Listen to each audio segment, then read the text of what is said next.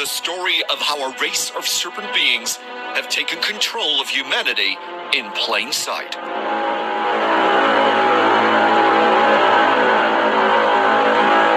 This is a tale that spans thousands of years and has been the root cause of all the major religions on the planet.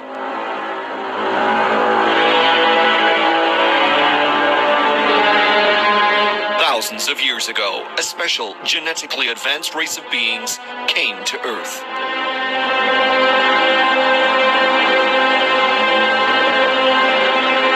They were seen as gods by primitive man and worshipped.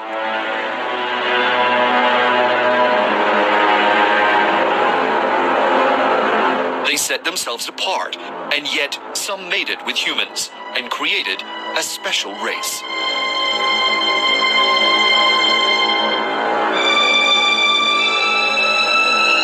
When the elders departed, this hybrid species remained and taught mankind.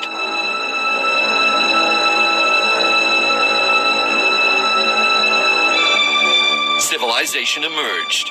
Writing, art, science, engineering, architecture, and more, spreading around the globe.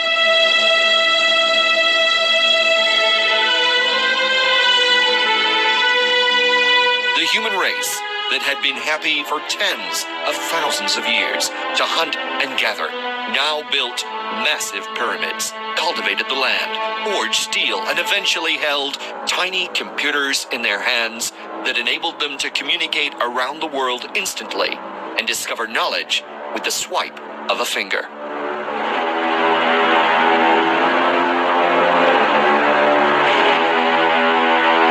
All of this and more is only part of the story, for our benefactors had an ulterior motive.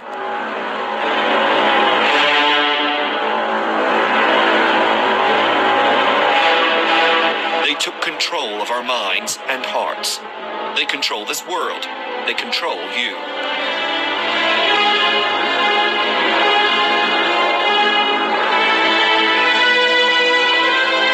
From the moment you are born, you are numbered and moved through a process to feed their machine.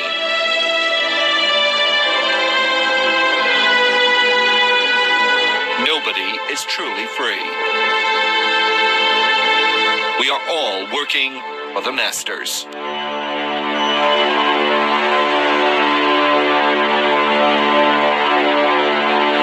Every now and then, they are revealed to the world, and in the 18th century, we had a glimpse of their massive power. We know them as the Illuminati.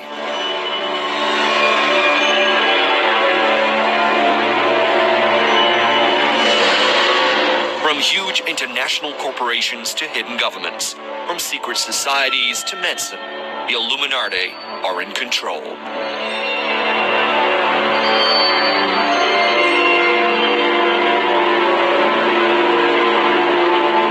They spread lies to cover up their real identities, but they are hidden in the golden thread of history, and we can reveal them and their schemes.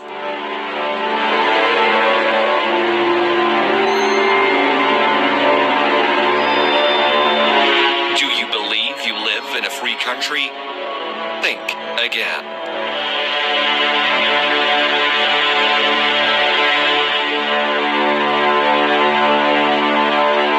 Thousands of years ago, in a place we now call Sumeria, the ancient gods came down from the sky.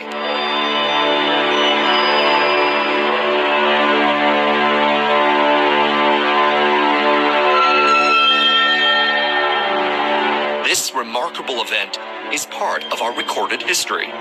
We are told these stories as fables, legends, myths, and yet they are part of written history that also includes trade agreements, wars, and lineages.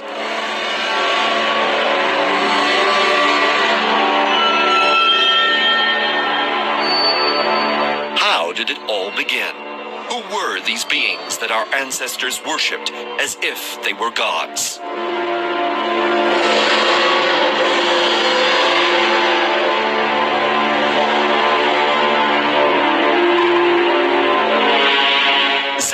Sitchin, in his book The Stairway to Heaven, stated, "The Akkadians called their predecessors Sumerians, and spoke of the land of Shumer.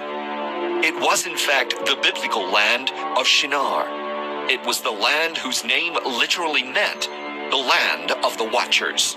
It was indeed the Egyptian Te-Neter, land of the Watchers, the land from which gods had come to Egypt.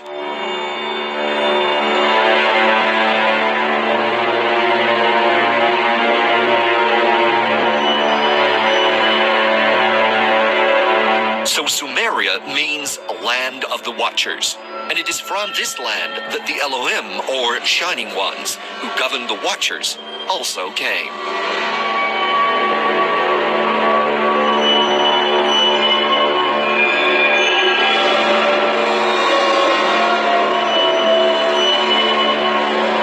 In The Origin of Consciousness in the Breakdown of the Bicameral Mind, Julian Jaynes tells us something interesting about these governing gods. Throughout Mesopotamia, from the earliest times of Sumer and Akkad, all lands were owned by gods, and men were their slaves. Of this, the cuneiform texts leave no doubt whatsoever.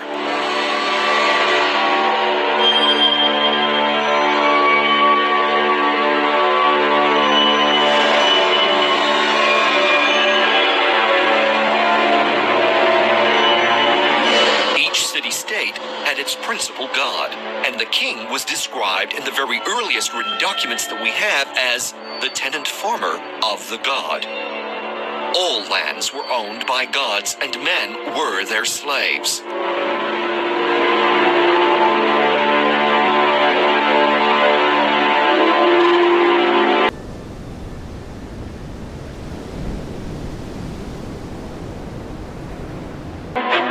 This is our history. This is the history of the world. That beings of light descended and ascended to the sky, very often on shining craft. These tales are all over the world, in almost every culture.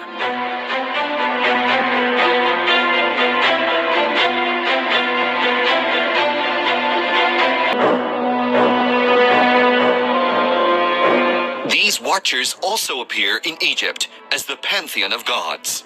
The Egyptian Tar-Neter is a name for the gods and means guardian or watcher. Tar-Neter is also the name for the Red Sea Straits, which connected Mesopotamia and Egypt and is known as the place of the gods.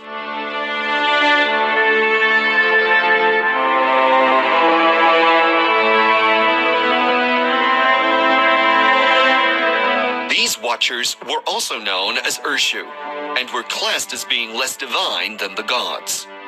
The ancients spoke of a time when there were gods or shining ones who ruled up and down Sumeria and Egypt, and who employed watchers over the ordinary folk.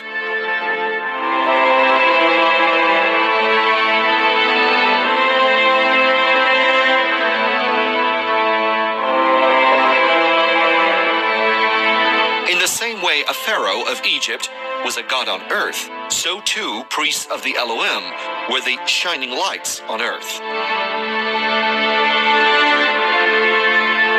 This history is where the popular film and TV series Stargate originates. So, even in ancient Egypt, by the time of the writing of the Book of the Dead, there was confusion.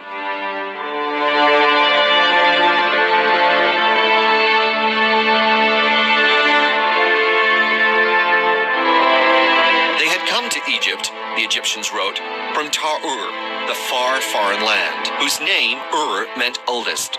It is the very location that the originator of the world's greatest religions trained, Abraham. He was trained by the Shining Ones, the Watchers, the great lights of the sky, and he started the yoke of mainstream religion on this very planet. Billions of people across time and across the world are yoked into their religion, created by a man who was trained by beings of light that descended from the sky. For millennia, we mere humans have done their bidding. Indeed, These shining ones were known as serpents and worshipped as such, mainly because of their appearance.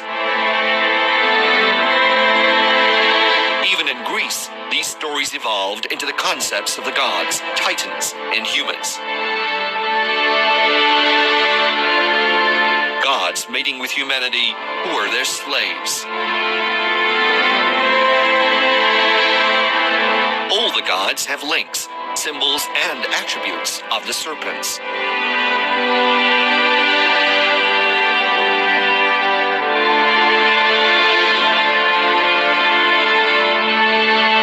Thousands of years later, over 1 billion people are still yoked to the Catholic Church, which resides in the Vatican, a place that means abode of serpents.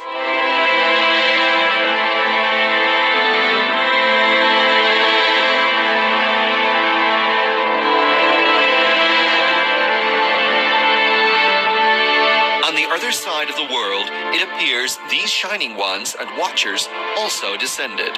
According to the legend of Wotan from Mesoamerica, this Wotan was the serpent who was descended of the race of Can, and was called a guardian or watcher, amazingly similar to Canaan.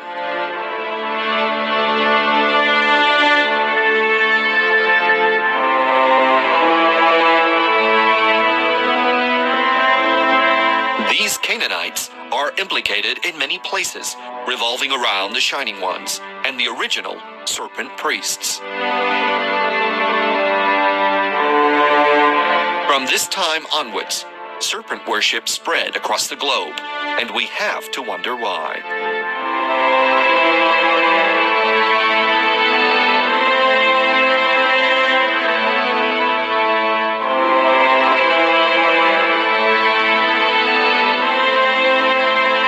The serpent was known in the language of Canaan variously as Ub, Ab, Ob, Ob, Oph, Up, Eph, Ev. In the Mayan language, Can also means serpent, as in Kukulkan, the bird serpent, and just as in the ancient Sumerian, Akan and the Scottish Can for serpent, which is where we get the word canny, like the wise snake.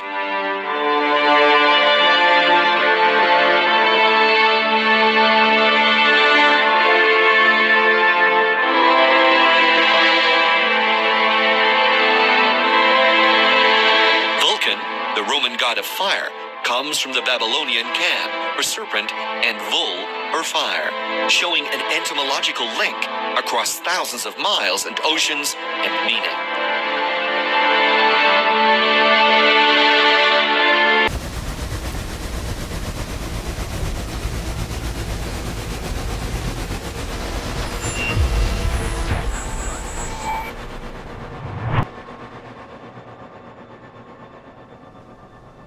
In the Bible and the book of Enoch, these shining ones are called angels, archangels, or cherubim.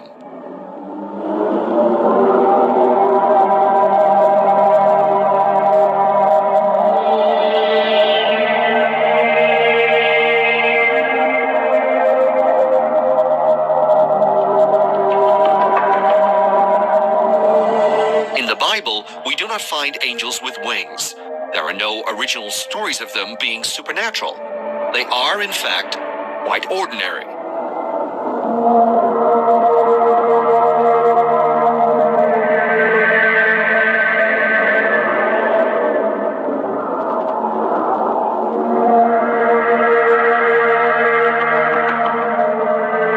How else would he have known any child to have special powers, such as those attributed to Jesus? Incidentally, Jesus was known as the wise serpent. He died on the cross, but sloughed off his shrouded skin in the tomb, and then ascended into heaven. All of this is based on a much older understanding of the true nature of the Shining Ones, that they were serpent-like beings of light who invaded earth. Follow my yoke, indeed.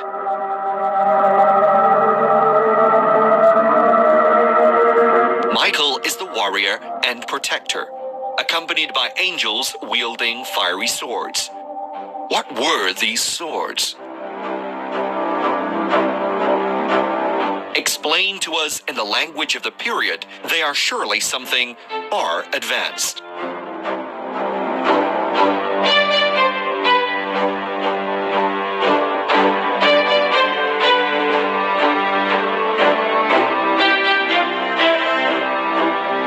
Each and every one of them has their own specific duty. Beings with titles, angelic titles, as messengers and ambassadors of the Shining Ones. The title cherubim means exiles and could be an indication of the origins of the angels, exiled from their homeland or even planet.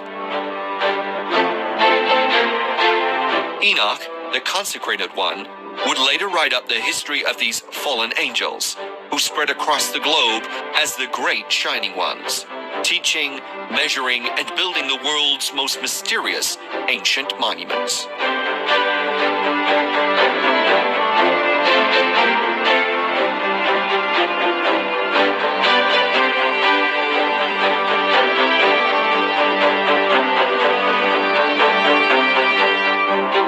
Of course, we must not forget the seraphim of Numbers 21:6 and elsewhere. These mystical beings have hands, a face, legs, and great powers from God, because they have symbolic wings, meaning they could fly. Their name means shining ones or fiery serpents. They are enlightened beings.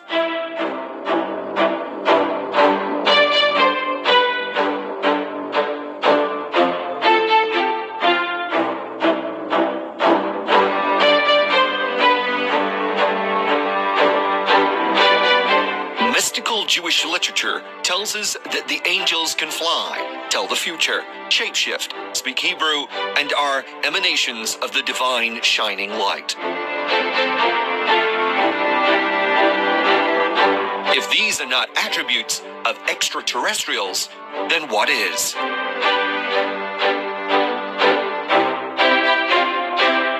And yet we are told these are myths. These writings rank alongside mundane, ordinary history, lores, philosophy.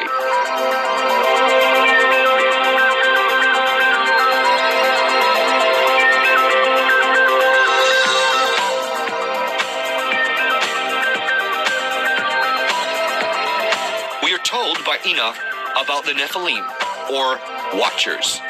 These are the angels who seem to have been the military arm of the Shining Ones, and who are initially employed to guard the Garden of Eden, but then began to mix with the indigenous peoples of the area. From this union, a hybrid race was produced, a race of giants. These also passed on knowledge and taught combat and how to make weapons. This was a crime, and they were outlawed by the Shining Ones, who departed Earth, leaving behind a hybrid species to rule. These were illuminated beings, wise, knowledgeable, and with great power over the indigenous human population.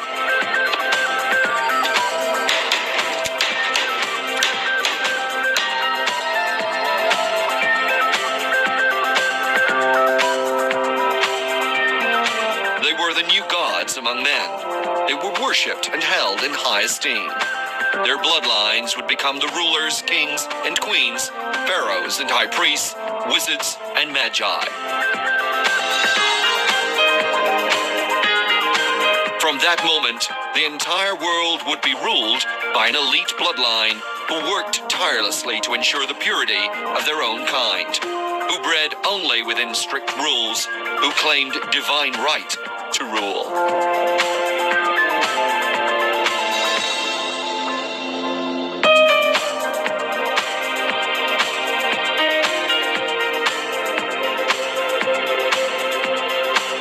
Thousands of years later, nothing has changed. Hundreds of royals across the world still hold the vast majority of the wealth and power. The same families run the institutions, such as the civil service. They own and monitor the vast majority of the world's media, power companies, arms manufacturers, chemical plants, petrol producers, and more.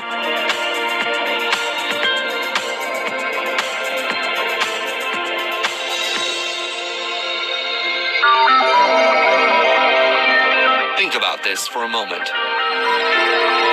People who claim divine right for some imaginary being in the sky actually rule. Even in so-called Republican states, the leaders are chosen, not by the people, but by those in power.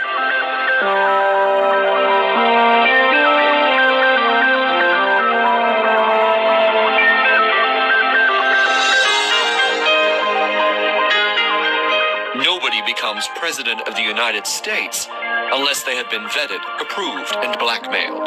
The real power lies behind the scenes with civil servants who can trace their family line of descent back thousands of years to family members who were doing pretty much the same thing.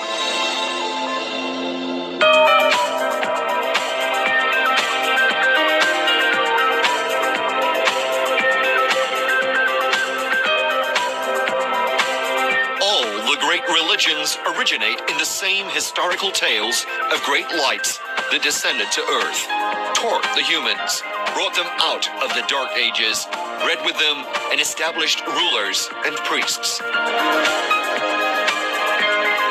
Using propaganda, mind control, and even force, humans were treated like sheep and told to believe and behave.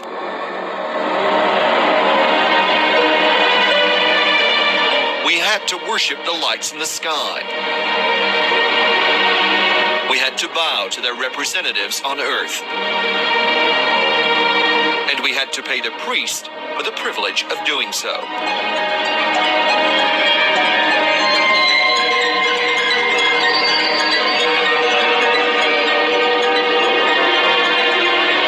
Land was taken from us, and we were told to pay to live upon it. To pay, we had to work every waking moment. Then we had to pay taxes to the relatives of the rulers and priests in government, who made laws to keep us controlled.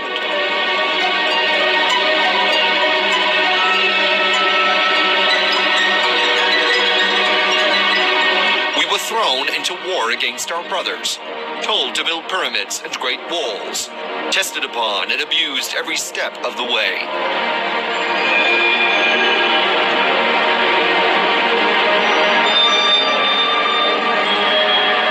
If any of this is sounding familiar, it is simply because absolutely nothing has changed. From the 17th century onwards, we believed we had found a way of revolting against this oppression. Across Europe and the US, so-called freemen fought against the tyranny.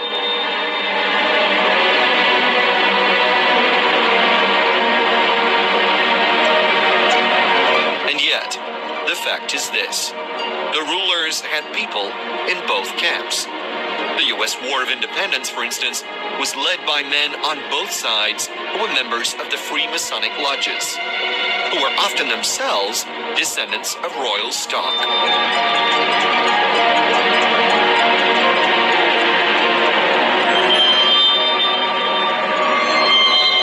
The English Civil War ended up with the English begging for a royal to come back on the throne.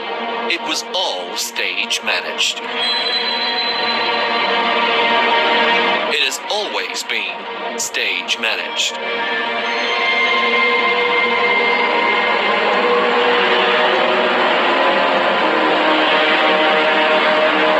The First and Second World Wars changed the political map of Europe, and yet the royals and religions remain. Power cleverly shifts around, but always at the very top, the same families run the world.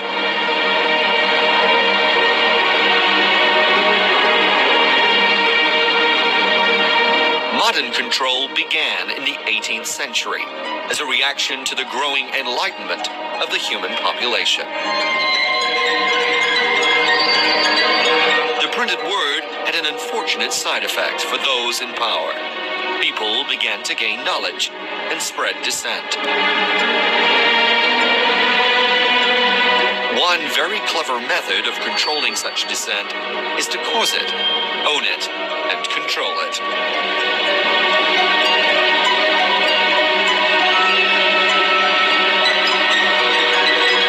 Create your very own group that seemingly goes against the status quo.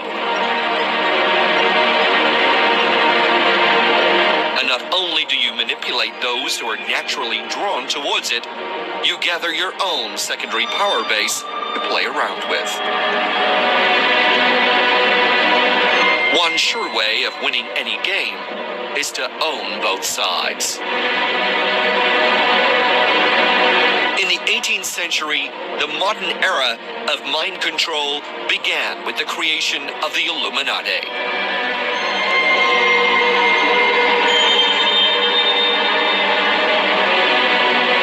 The very name itself must remind us of the very fact that those who originally came to Earth were the illuminated ones.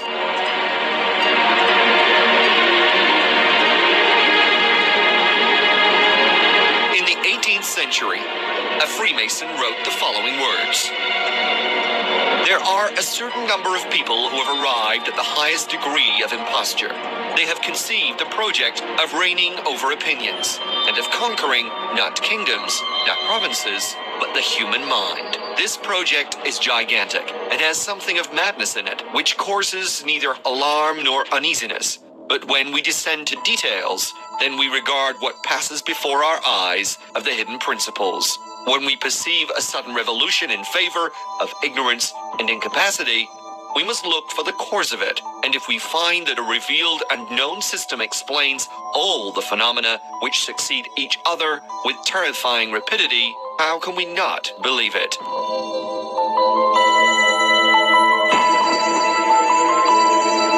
Standard history tells us that they were started by Jean Adam Weishaupt, the founder of the Order of the Illuminati.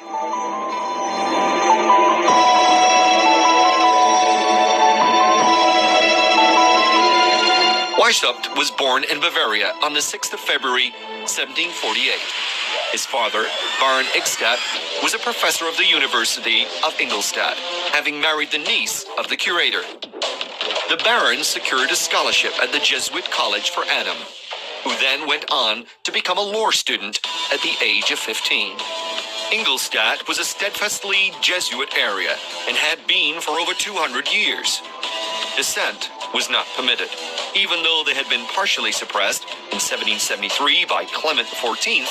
It had been said of the Jesuits that they were the world's largest and most powerful secret service, due mainly to the fact that they were feared by many in the Catholic Church, and that a universal confession could well be utilized for blackmail.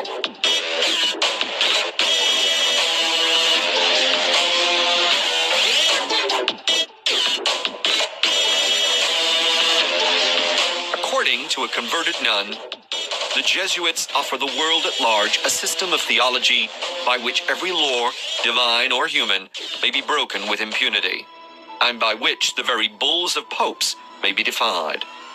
It is a ghastly religion. It is a religion to be abhorred by all honest and honorable men.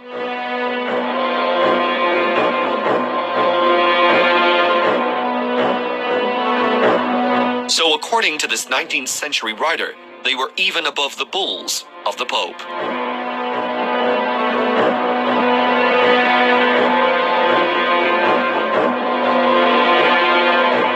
Edwin A. Sherman, an American Freemason, also writing in the 19th century, stated, "The Jesuits laugh at us, and during their hilarity, the rattlesnake is coiled at our feet, climbing to strike us in the heart."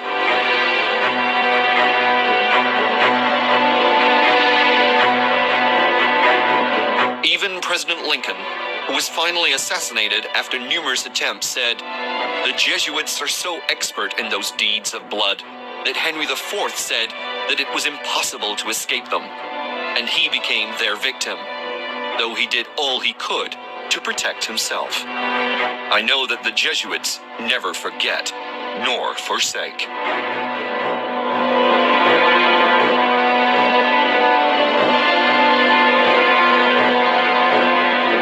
It seems like a peculiar world that the Jesuits inhabit. On the one hand, they fraternize with Freemasons, royalty, and presidents. And on the other, taking an oath which puts them at odds with just about everybody who is not Catholic. It is into this world that Weishaupt was brought up.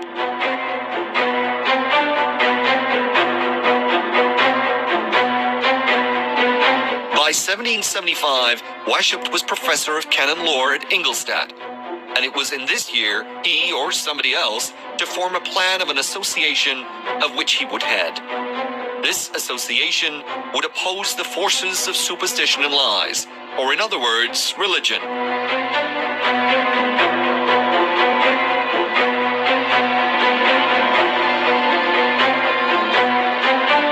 The thoughts of many commentators is that Weishaupt so hated the Jesuits that he thoroughly intended to do away with them once and for all.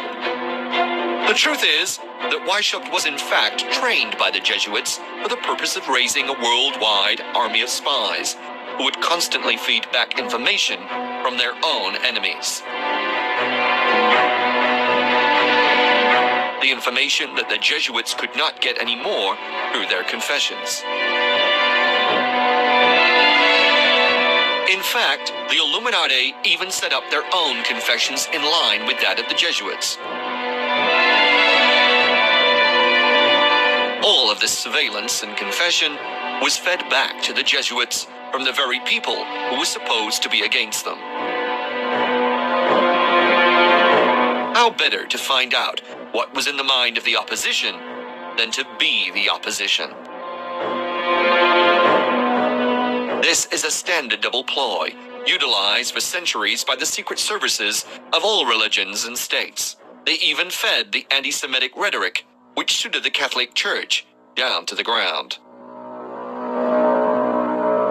Through associations with the Freemasons, the Jesuits managed to get information from and influence to the Freemasons of the globe.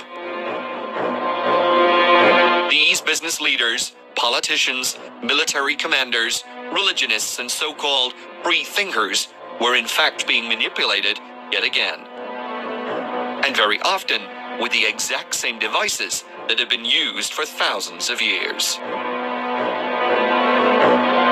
Belief in a divine entity, worship of a being of light, otherwise known as Lucifer, and even the concept that their own secret line stretched back to the time of Egypt and beyond. What many people didn't realize was this: all of that was true. They were being controlled and manipulated by a sacred line that did originate thousands of years ago, and they still are.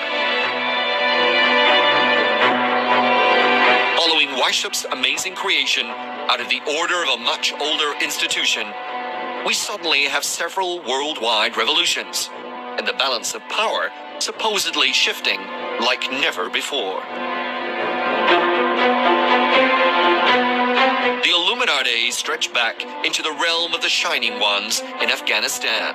This link is with the Roshaniah, or Illuminated Ones, and reference to them comes from the House of Wisdom in Cairo, a veritable fount of esoteric knowledge predating the Roshaniah by hundreds of years. The earliest leader we know of is Bayezid Ansari, who claimed descent from the helpers of Mohammed.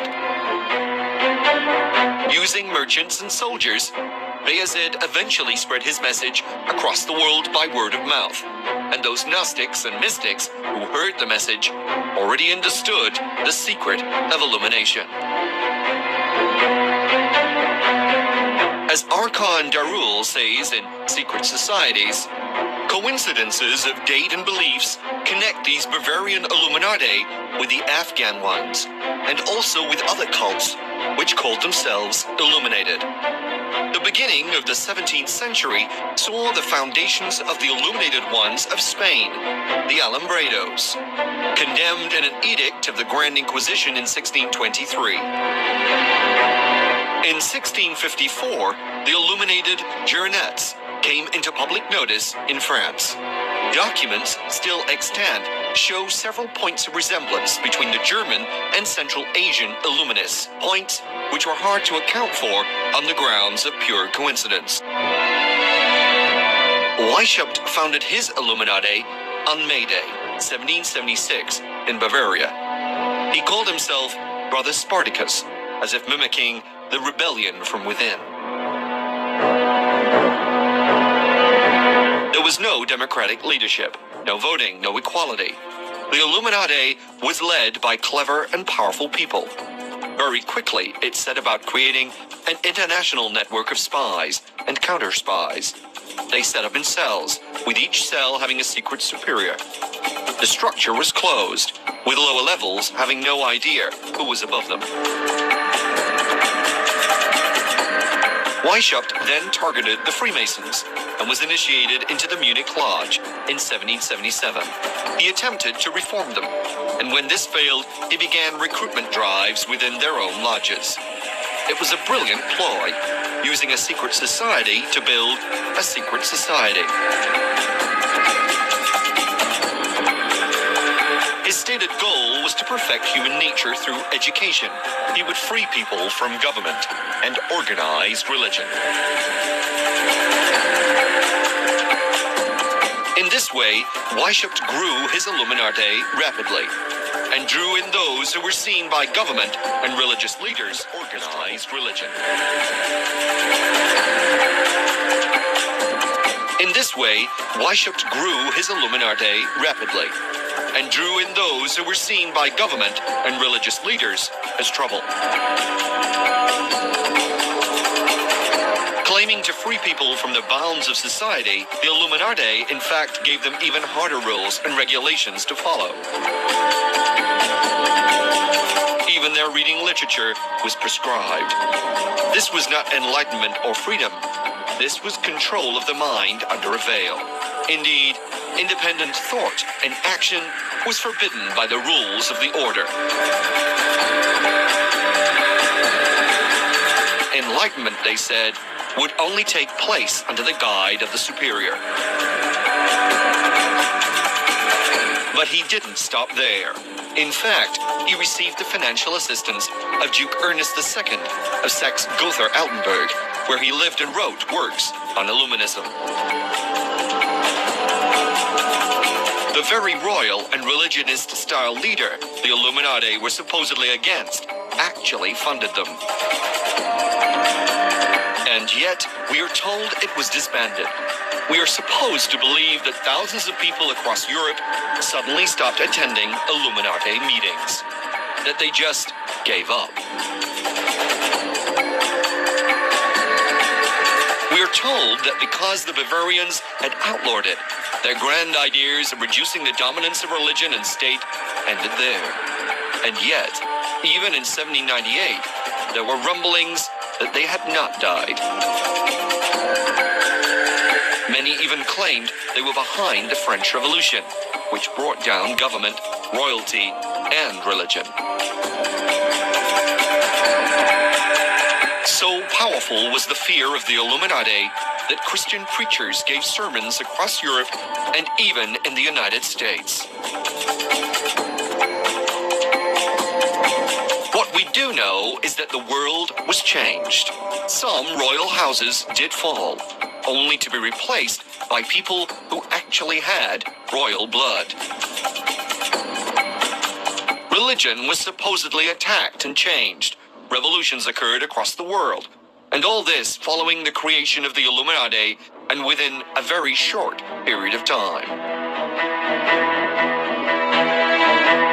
The surface story looks good for the easily led.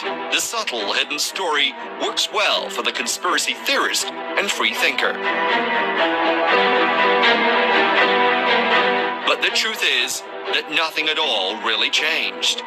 It was a massive and elaborate smokescreen that served its purpose brilliantly.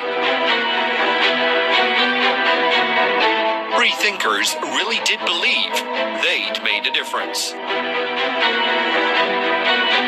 Here's a brief example of how they made no difference at all. The United Kingdom is a very small place in comparison to many countries in the world, and yet the power it holds is immense. It has a massive commonwealth that includes countries it can call on during times of war, such as Australia, Canada, and more. The head of state for all these is the present king or queen.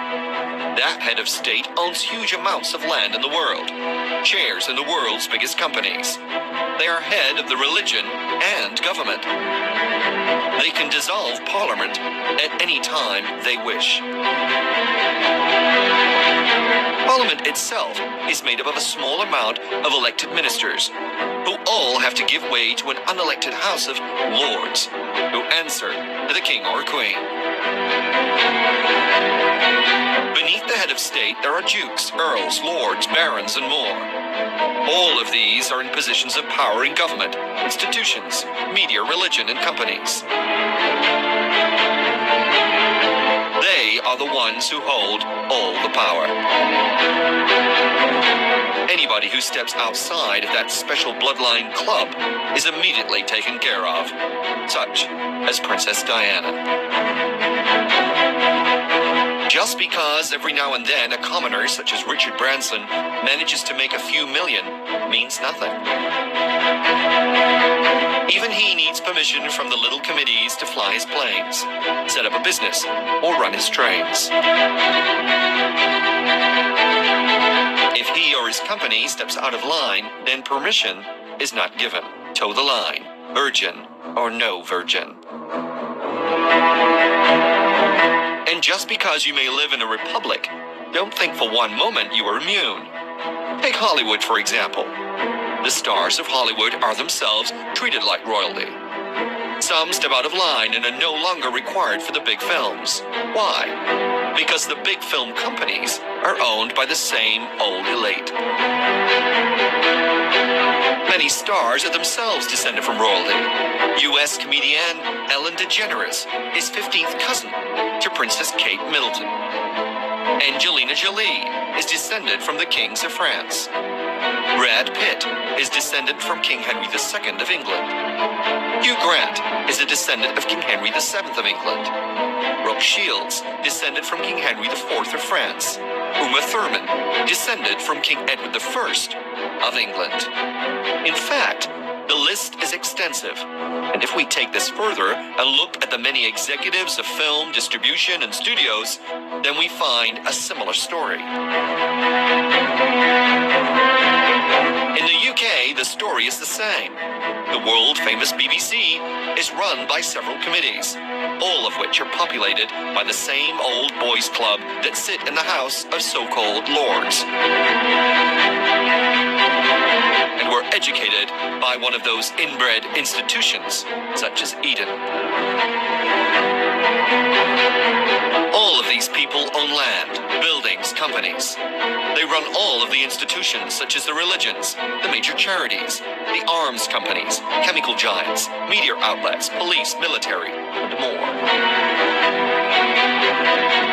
They even control access to stately homes, castles, and places of historical importance. On top of all this, the hidden wealth of these people of the bloodline is enormous.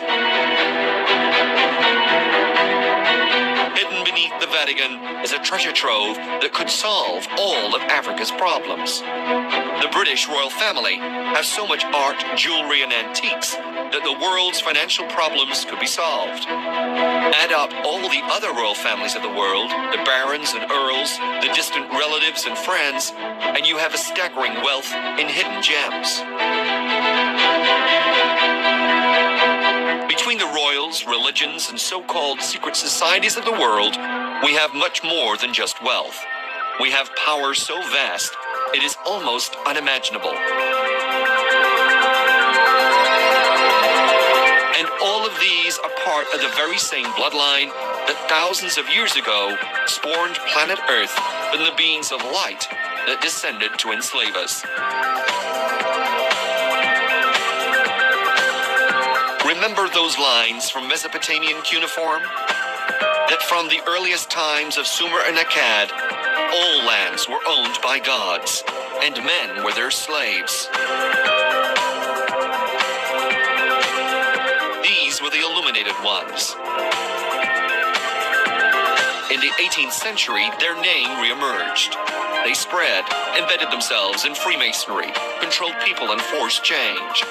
The same Freemasonry that has members from royalty, religion, business, military, police, charity, media, and just about everywhere else. One bloodline to rule them all, and in the darkness, blind them. Now, in the 21st century, we are still slaves to the masters who've accumulated vast estates, power, and wealth. We are controlled from birth. We are given a number that must move along with us throughout life. We need that number to get health care, to be allowed to indebt ourselves to their banks, to vote in the mockery they call democracy,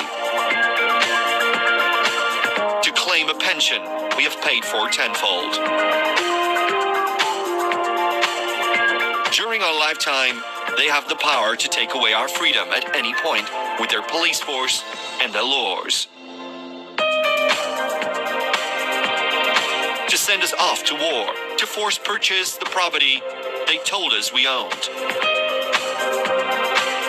To take away our children and civil rights. We are told to bow to the alien deity dressed in fine rags and call them majesty. We are branded by a religion, or even lack of it. Our intelligence is measured, our education controlled and manipulated and charged for. The internet is increasingly a tool for propaganda and mind control. Drugs are mass tested on us as if we're some kind of guinea pig. Our food intake is constantly controlled by the nanny state in the same way our entertainment is. The news is carefully chosen by editors who are told what to choose by the owners, who just happen to be members of the elite bloodline. False stories are created and manipulated to make us lab rats move this way or that. Religions are constantly used against us to make us look outward and not inward at our own leaders. And all the time, real people in the world see and experience real events. Thousands and thousands of people have witnessed UFO activity around the globe. What does our strictly controlled media say? They mock, according to the instructions they are given. Humankind is not the master race of planet Earth. Humankind is enslaved to the ancient gods that came down to Earth thousands of years ago. They have become so deeply embedded within our society that we no longer see them. The universities that translate ancient texts are owned and run by them, and it is they who create the professors, the experts that we, the idiots, must listen to. They tell us that the ancient historical texts written by our ancestors are nothing more than religious mythology.